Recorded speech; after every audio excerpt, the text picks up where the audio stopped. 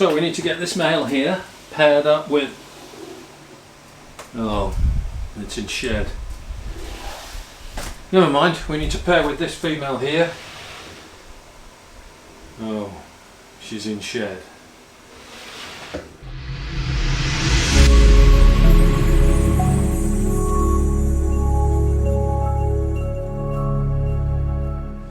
Hi guys, it's Rob from Royal Balls. So here we are already with part 2 of So You Want to Breed Ball Pythons.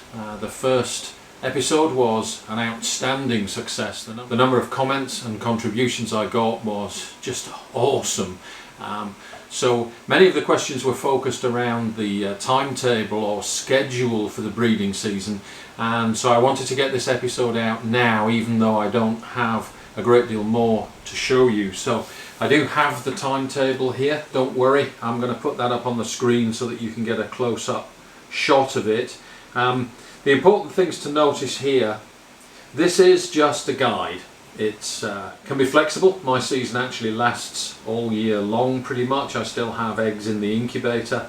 But the thing to notice here are some of the key milestones in the breeding process that we will be able to see visually, even though we don't have ultrasound and we can't gauge where our females are at in the process. So up here is where my season starts. I actually started pairing about October time because the rains came a little bit early, but the signal for me to start pairing my snakes is the start of the rainy season. The monsoon season out here starts in about October or November, and it starts to rain every day, every afternoon. Temperatures are actually a little bit cooler, but it feels a lot warmer because it's much more humid. So I've started pairing, here we are right now, right at the beginning of the season. So this is your reference point here for where we're going to be as we kick off the season. And your females, in terms of their follicle development, will be somewhere around the 10mm mark. All mature females have follicles, they're just not starting to grow yet. So the idea of the initial pairings is to get the females into gear, let them know it's the breeding season. And our initial pairings are just to get those hormones going and get the females starting to grow those follicles because it's time to breed. This is actually the busiest time of year for me. Here we go through here, and it's this time of year where we increase the feedings to get those follicles to grow. There's pee and poo everywhere. When you put males into the tubs, the females will poo everywhere. So a lot more feeding, a lot more cleaning to do. And this is the time of year when I will actually do intermediate feedings. Normally during the season, if my snakes miss a feed because they're in shed or for any other reason, I usually don't bother and I will feed them again the next week or in 2 weeks' time. That's not an issue. But during the breeding season, if a snake misses because it's in shed or because it's being paired, I will actually do an intermediate feeding. The only time of year that I do, just to make sure that the females know there's plenty of food and it's time to breed. So that's the reason that I do that.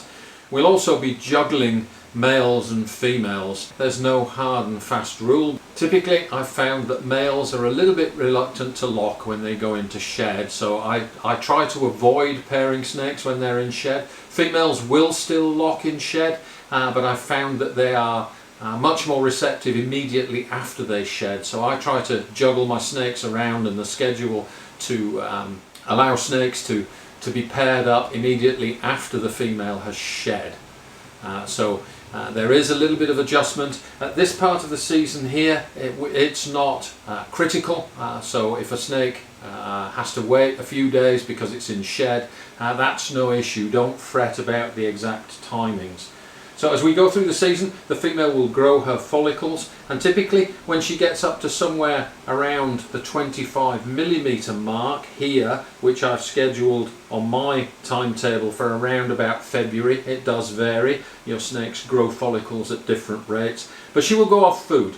Now when she reaches follicles of about 25mm, there's now no more room for food to go down through her digestive system because the follicles are too large. So at this point in time she will go off food, and that's a visible milestone that we reach that's easy to see even when we do not have an ultrasound. So we're not there yet. This is early in the season. We're kicking our females off into gear and we're trying to build these follicles and reach this milestone here of about 25 millimeters when the females go off food. Once they reach that point, typically for my females, it can be anywhere from a month, 6 weeks before they actually get to the point of ovulation. That's another visible milestone that we can see. Then they will have their prelay shed about 2 weeks later, and 30 days after that they will lay their eggs. But we're not there yet, so I will use this timetable in all of my future presentations so that you can frame it against this timetable. Don't worry, I will put it up on the screen so that you can see it more closely. So I don't have a great deal to show you in terms of snakes. Not much has changed in the snake room. We are in this early phase of the breeding season, but there's plenty of cleaning to be done and plenty of pairing to be done. So let's take a look at some of the snakes and I'll show you the typical routine in breeding season. And I also had some questions about when is the right time to breed your females. So we'll also take a look at a female that I made a mistake with last season. I attempted to breed her when she was a little bit on the small side, and whilst it was successful, it left her in very poor condition for this season. So we'll take a look at that snake as well. So let's get after it. Let's get our hands dirty. Let's get into some tubs and look at some pee and poo.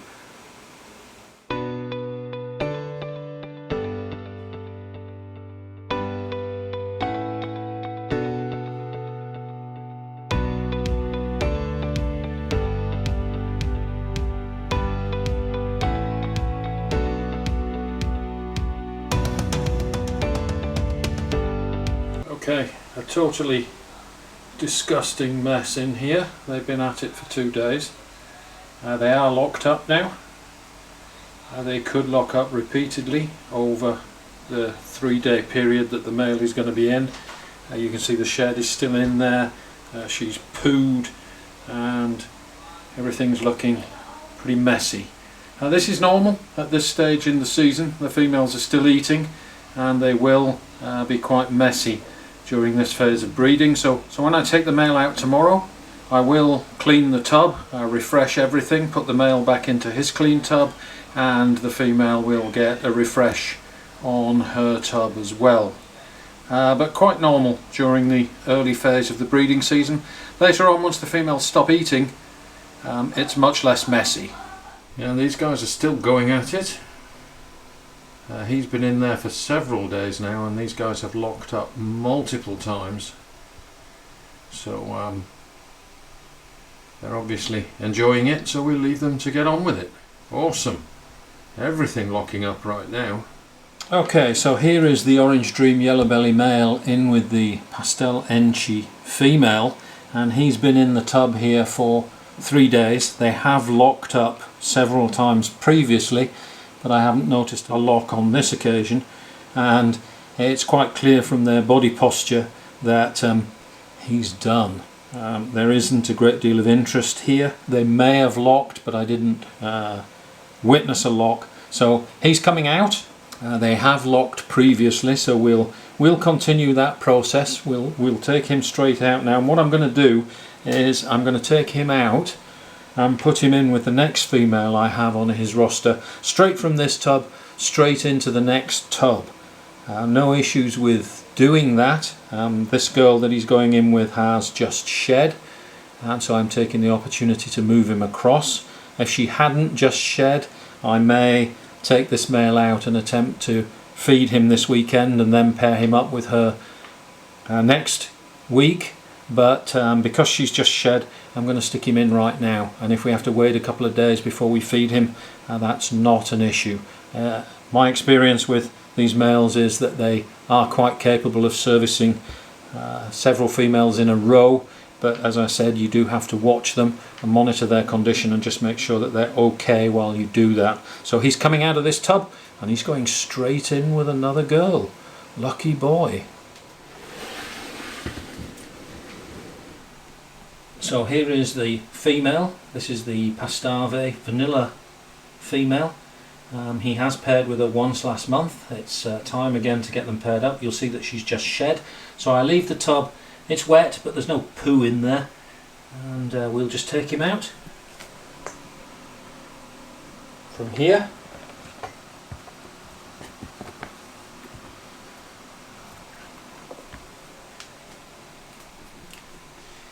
Here you go, lucky boy. It's your lucky day. Off you go. Do your thing. So we'll shut him up and leave him in there for 3 days with this female.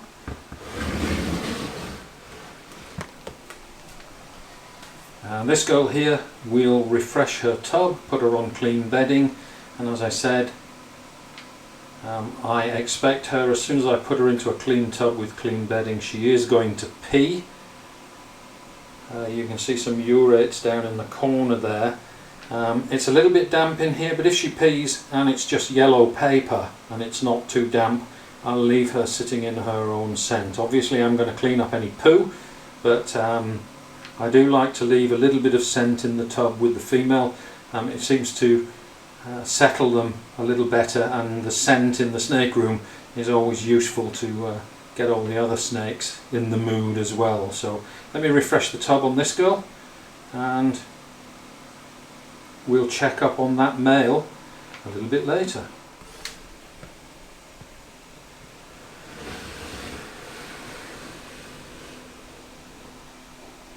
And we have a lock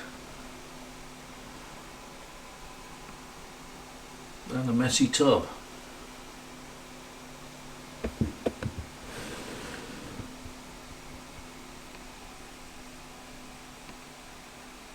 Nice.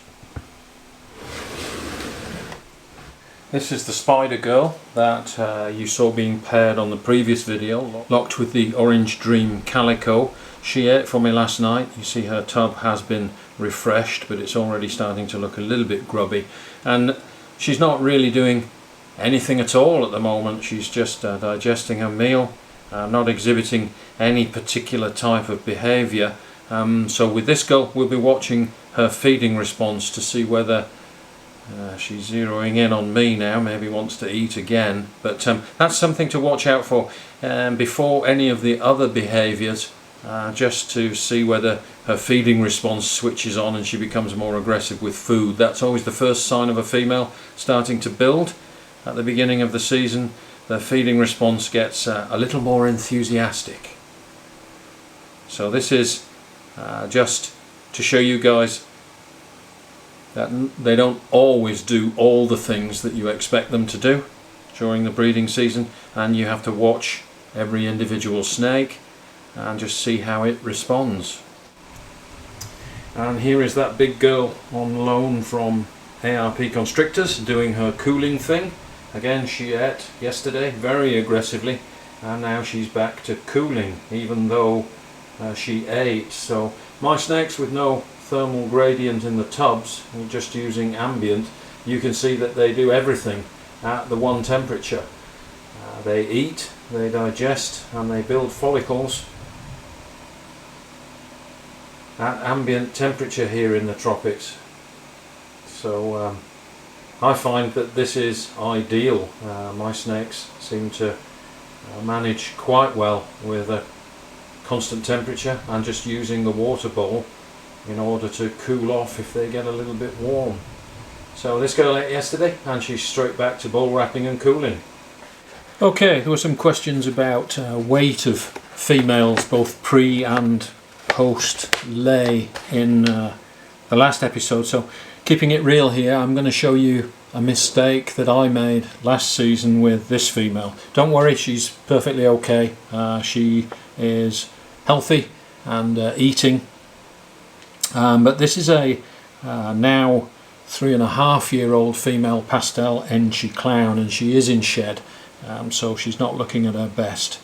But last season she reached 3 years old, and obviously with a really nice female like this, I was quite enthusiastic about breeding her, and she reached a weight of about 1,485 grams at 3 years old, and I decided I'd take a chance and pair her. She did lock up repeatedly with my Fire Clown male, and she went through a very brief build phase. She's always been a very picky eater.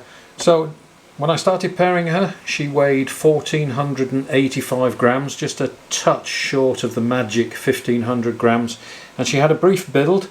She didn't eat really enthusiastically, but more enthusiastically than normal, and she went through her build phase and reached a peak weight of 1950 grams. So she only gained less than 500 grams in her build phase.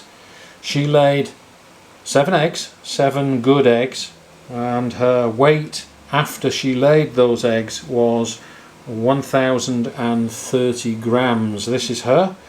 She was pitifully small after she laid the 7 eggs. So as I said, don't worry, she is eating again. She has put on about 200 grams since she laid 2 months ago. So she weighs about 1230 grams at this point in time, 2 months after she laid, and obviously she's not being paired right now. This is her second shed since she laid her eggs. She did have 2 quick meals after she laid her eggs, went into shed, which is normal for females when they're lifted off eggs. The hormonal change induces a shed, and after that they go back to normal. This girl's always been a picky eater, and she still is a picky eater.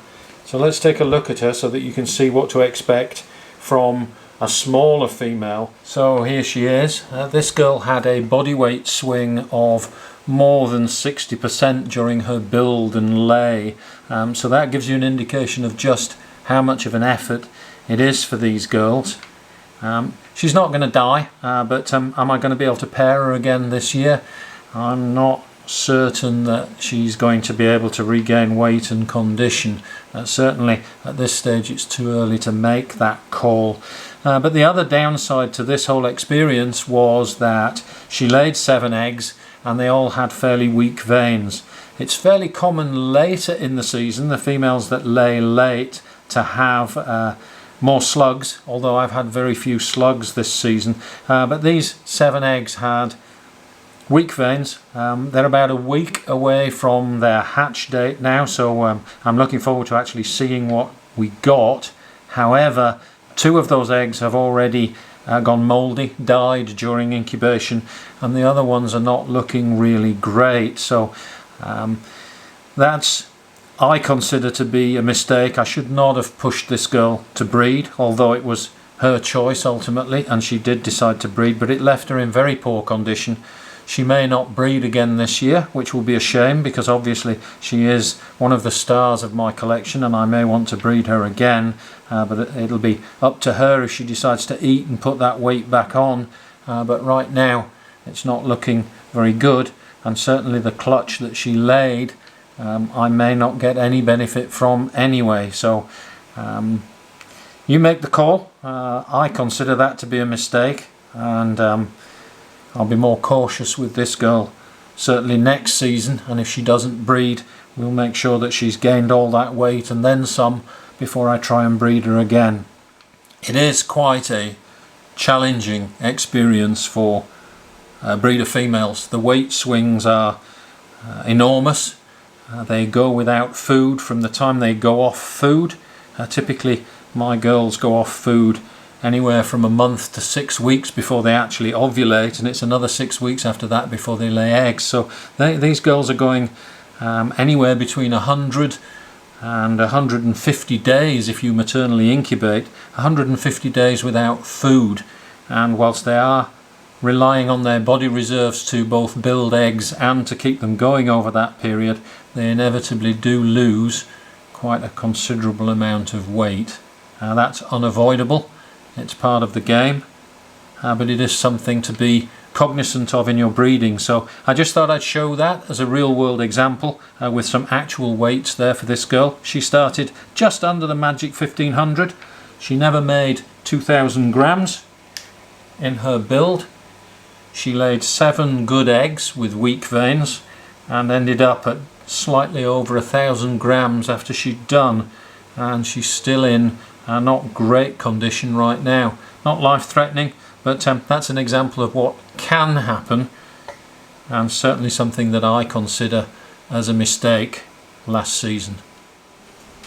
Okay guys, that's it for episode 2. As I said, not much has changed, but I did want to get this episode out of the way so that we could frame it in terms of a timetable or schedule for breeding our snakes, and just give you a heads up on what the visual milestones are for the females.